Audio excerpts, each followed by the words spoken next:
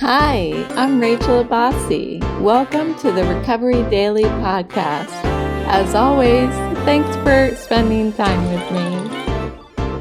Good morning. And if you made it through yesterday's episode, you are die-hard Recovery Daily Podcasts because I was having some challenges yesterday and they are not going to be gone today. I was supposed to go to a Yuppo paper art workshop today. Yuppo paper is apparently a watercolor paper. I'm not quite sure, which is why I wanted to go to the workshop, but I have opted out because I've really been having some bad symptoms. I did not want to get out of bed this yesterday afternoon. I just felt so like it almost felt like my head was like buzzing. It like I mean the thing I keep going back to is like when I have a really bad flare, as people call it. That's what I hear people call it when you have a chronic pain issue or whatever, you have a flare. It sounds a little like something that would make you blush to have a flare. But anyway, when I have a pain flare, the symptoms flare, it can feel very much like I hit my head on a concrete floor. And I say that because when I was in college, I was drunk, go figure, and I hit my head on the concrete floor of the dorm room. And I was like, I couldn't get out of bed for a couple days. This was like my senior year. So it feels like the same, only it like feels like it just happened and it like doesn't go away. I laugh and it's not funny. So that's what I feel like the last couple days. So I decided what it was best if I backed out of the workshop. So this kind of thing, backing out, would typically make me feel sorry for myself, but I think as I continue to practice doing that and putting my health first, I don't feel so sorry for myself because I know there are smaller ways that I can still um have fun today or be happy today. It's not all dependent. My joy isn't dependent on a workshop. Like I always say, the joy is with me. It's not something to be found in an art workshop. It is something that is within me and always lives there, and I can surface it whenever, as long as I continue to be self-aware, focus on my own spirituality and comforting myself and that kind of thing. So I'm okay with it. It's unfortunate. I really wanted to go to an art workshop. It was an opportunity for me to get to know people in my art club a little better, but there will be other opportunities. So I'm being a big girl today, and that's what's happening. And it feels good. It feels good to do the right thing. The next right thing, right? That's what I always talk about. So today I wanted to talk about something that I heard last night in a book that I'm listening to. So I'm listening to a book called, this always happens when I'm going to tell you something and I'm put on the spot. I can't remember what it's called. So it's called Haven Point, and the author is Virginia Hume. Hume. So I started listening to this book because it is written by the daughter of a guy that we always see on the news that we kind of like. His name is Britt Hume. So this is his daughter, Virginia Hume. So just to support, that was why I started listening to it. And it's actually very good. And believe it or not, there's no reason why you wouldn't believe it. It talks a lot about alcoholism. So, this might be an opportunity for a Reads and Recovery review. And I realized yesterday as I was listening to it, I was like, wait a minute, Rachel, you have not done your Q2 Reads and Recovery book. And if I quickly pull up the website, which I shouldn't be doing because it's going to aggravate my head even more. The next book, the second book, the Q2 book was Girl on the Train. So January, February, March was Q1, April, May, June. So we're in June. If you have not yet read The Girl on the Train, that's the book that I'm going to review for Reads and Recovery. If you are curious, what is Reads and Recovery? Well, you can go to my website, recoverydailypodcast.com /reads hyphen recovery. Or you can just go to recoverydailypodcast.com and click on the tab that says reads. And this is just a little book club. That's all it is. And we have a quarterly featured book that focuses on recovery, mental health, wellness, sobriety, stroke recovery, you name it. Um, and the books aren't always self-help type books. I don't really care too much, which is really kind of funny for books about self-help, even though I'm writing a self-help book. That's pretty funny. Um, anyway, it's kind of a biography type self-help. So maybe that's my escape route, my escape hatch. So, I'm going to be reviewing that book this month. Again, that was The Girl on the Train. And that book is by Paula Hawkins. And then I think for Q3, what we're going to do is we're going to review this book, Haven Point. Is, I think, a good book for us to review because there's a lot of references to alcoholism and just like, I don't know, mental health. Like early on, when was this? The 60s, I think it was written, if I'm remembering correctly. And just facing some of those challenges, and people acted a lot differently towards mental health back then. So I'm going to stop procrastinating on the actual topic that I wanted to talk about today. Um, but I wanted to mention that. So the topic, it came from the book Haven Point. It was just a phrase, and I thought, what an interesting phrase. The phrase is that took me like that introduction took me like 10 minutes to actually get to the topic for the day, which is just funny to me. The topic is your armor your weapon? So I thought, oh wow, that's interesting.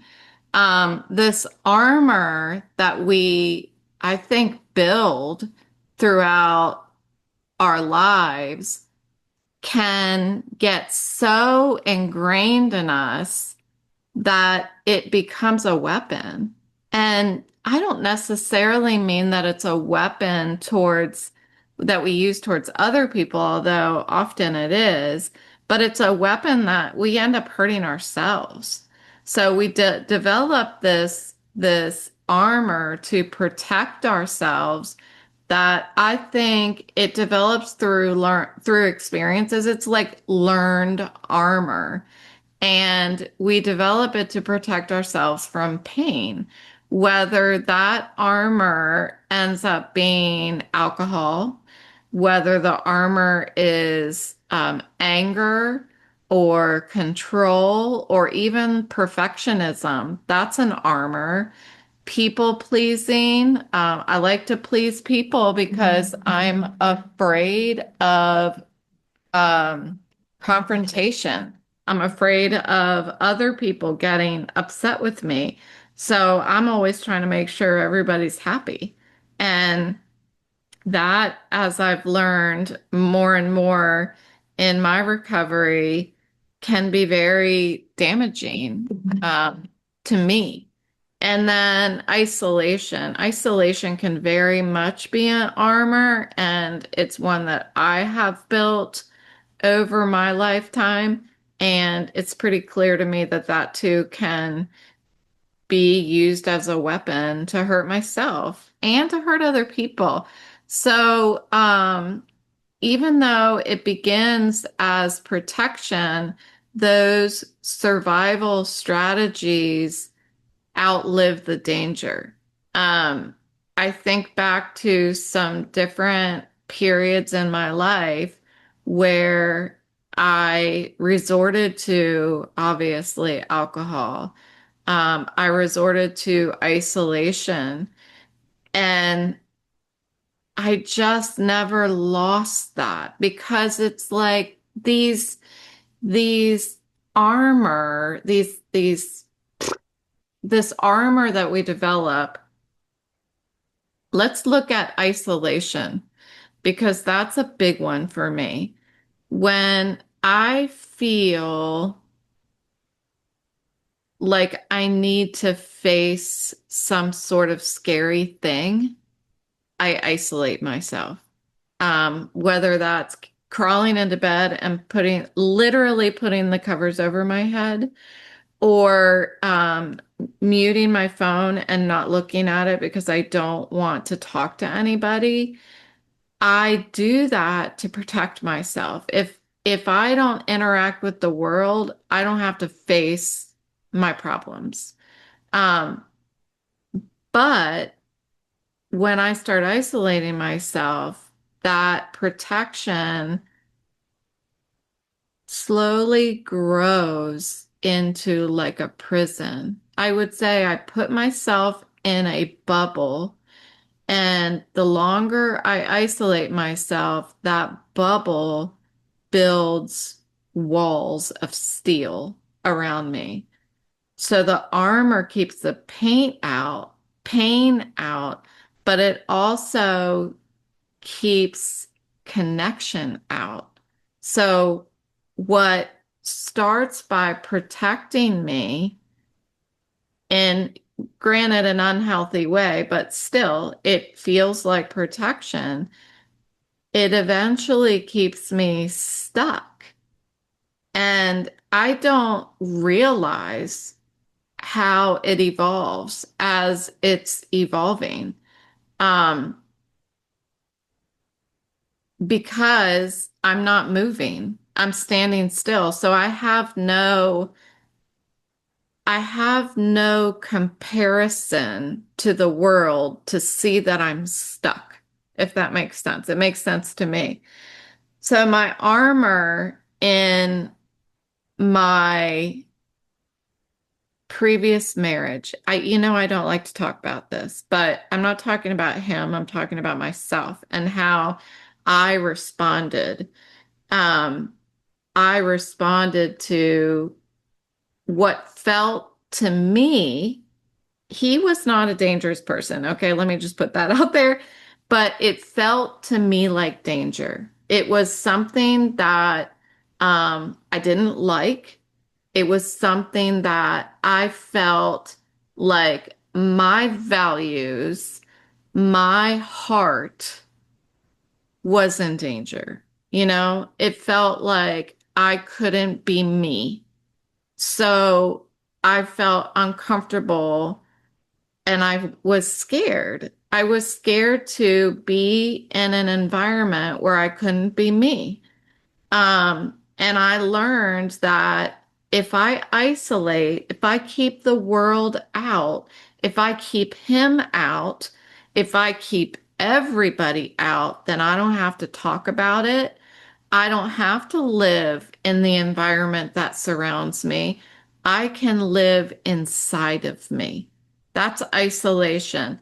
I am protecting myself. I'm building a wall around me, around my personality, around my passions, around my love, around my vulnerability. I'm building the wall, and as long as that wall is up, I can be me inside of it, and nobody has to know. Nobody has to know. But people know, you're not pulling the wool over everybody's eyes, but it feels safe inside there. And then add alcohol, which is what I did. And then I don't even feel the uncomfortable feelings that are outside of that wall. So eventually, the thing that I built to make me feel safe began to hurt me because I was keeping people out. I can't keep people out in certain degrees. I either keep them out or I don't keep them out.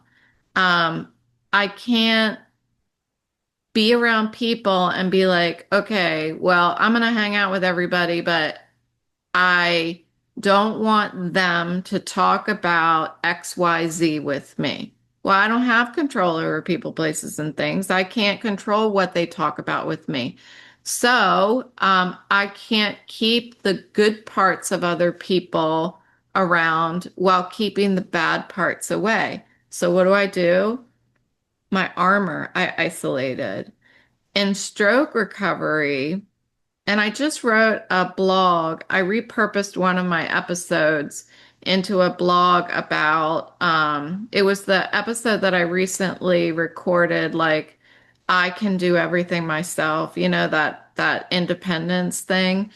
Well, this is on a similar way. It's isolation because that's what independence looks like when I'm practicing it in an unhealthy way. So that independence becomes my armor, that I can't figure this out. I can figure this out by myself.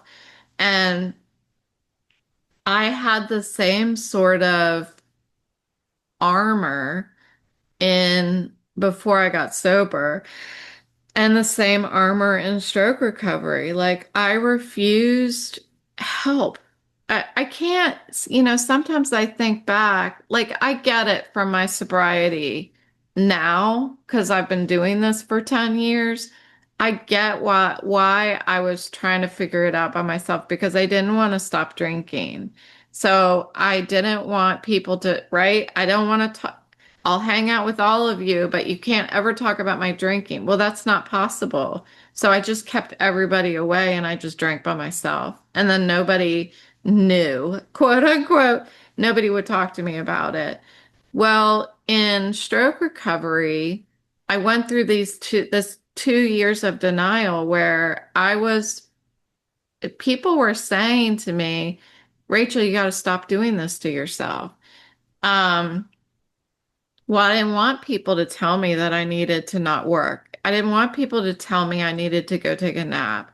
So I just isolated. I just built the armor again.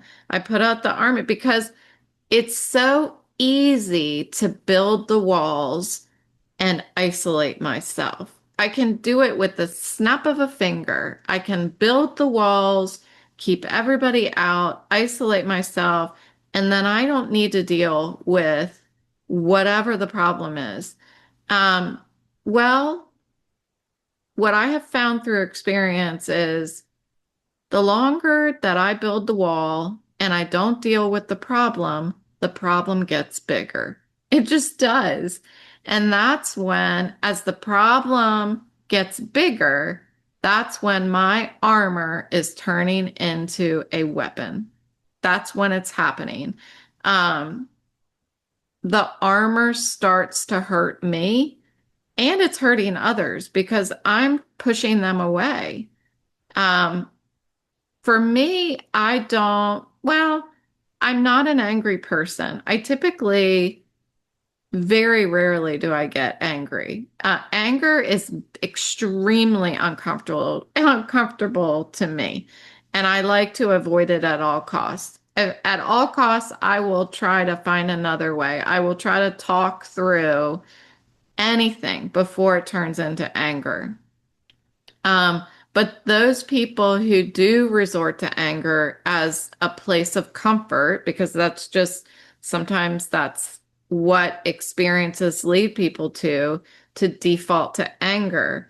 Anger protects people from getting hurt more. It pushes people away. So it's a different kind of wall. That's how I see it. It's a different kind of isolation, I think. Um, but isolation protects against people telling me what to do. Isolation also protects against rejection, and it can eventually turn into a deep seated loneliness. Control is something that, I say all the time, it's the best way for me to word it is like control is of people, places, and things is squeezing my fists as tight as possible and thinking that I'm changing something outside of them. It it feels like I'm protecting myself against uncertainty, but it's not doing anything. I'm spending so much energy, and all I'm doing is I'm spinning up energy, creating anxiety. I've said in the past, my anxiety before I got sober and in the very beginning of sobriety, before it was dissipating, could have generated power for an entire city. I was I was visibly shaking all the time. It was not just withdrawal, it was anxiety. And it was just an incredibly debilitating feeling to have that.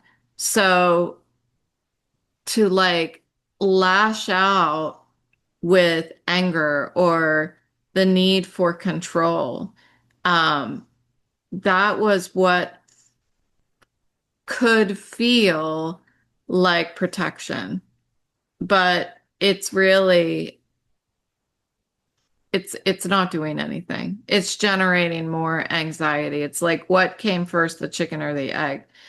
And then self-pity. That's another armor that people develop over time. And I think it's because if I'm told my whole life that I'm fat, for example, if I'm told my whole life that I'm fat, then if I go into each day telling myself that I'm fat, then I'm not going to be surprised. I'm not going to be disappointed when I have other people call me fat. So I just developed self-pity that protects me from being disappointed. But is it really? No. That's an obvious one, I think. It's keeping me stuck. It's slow. All of these self-constructed armors are super slowly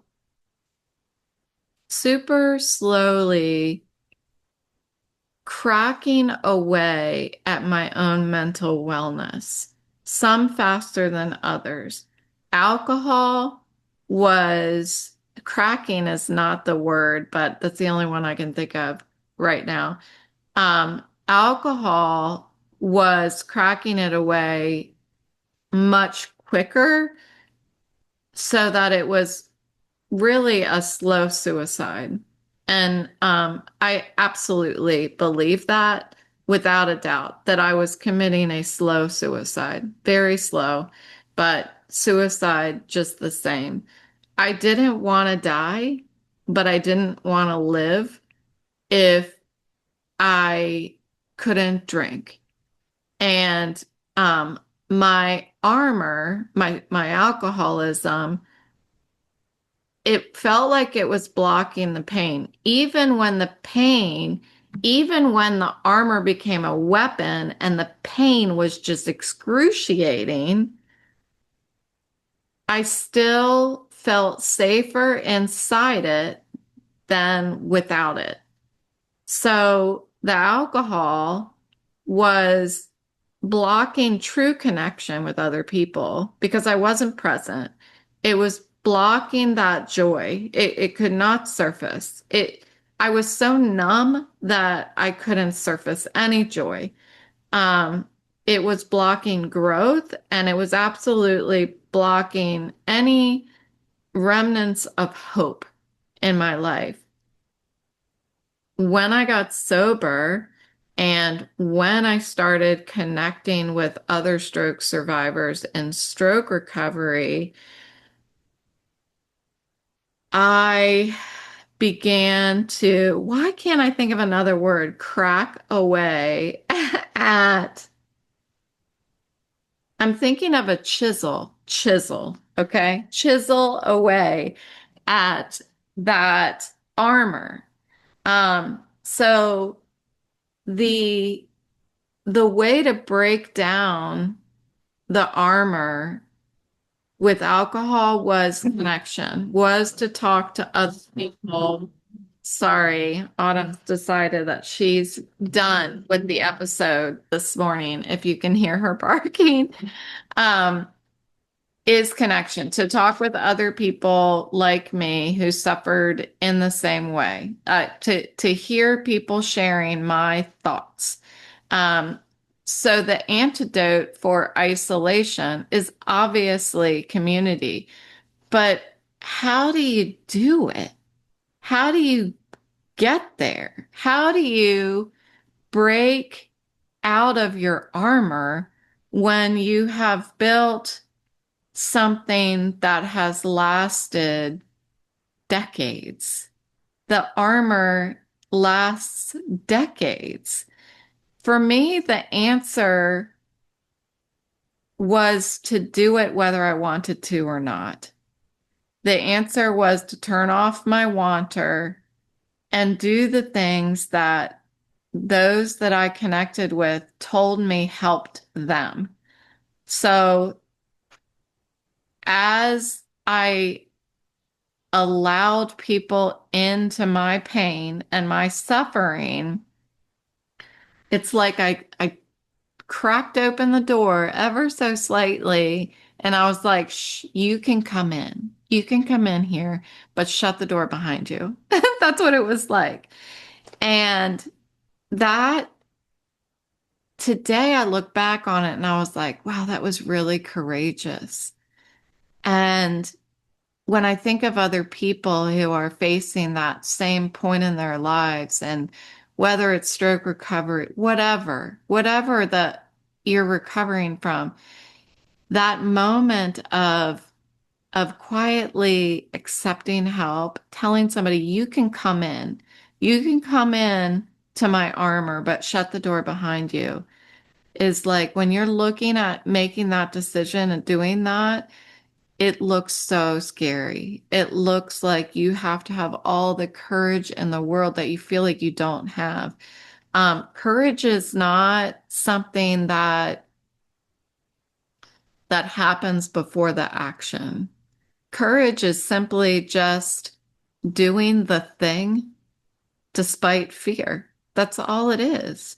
Like the courage is peeking out from behind the armor, even though you're scared, even though you don't want to, even though you think you can't, even though you have to say when you peek out, I'm afraid, but I need help.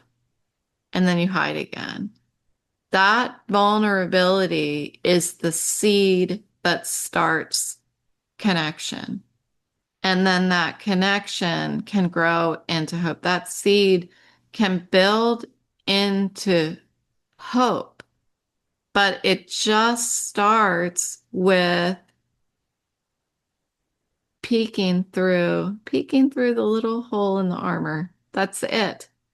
Um, as long as I stay inside the armor, I can't heal.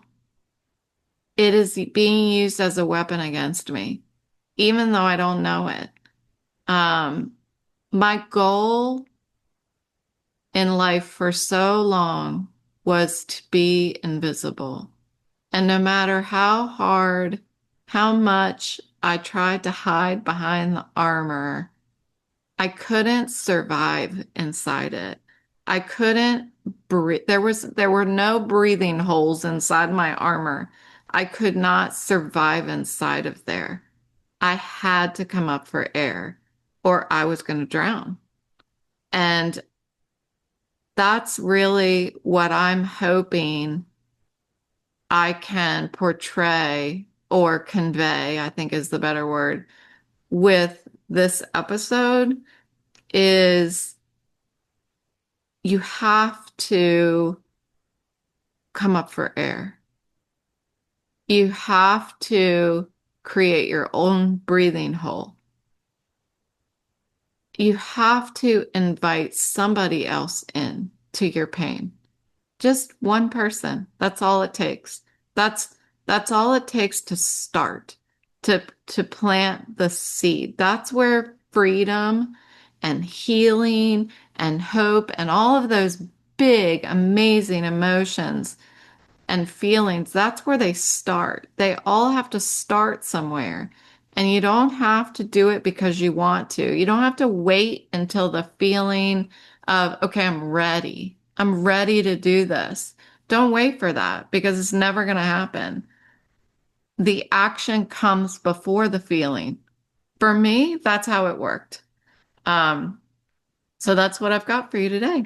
Thanks so much for listening. And I'm going to rest today and I'm going to do maybe some painting. I'm not supposed to say I'm going to rest and then list what I'm going to do today, but some of us are sicker than others.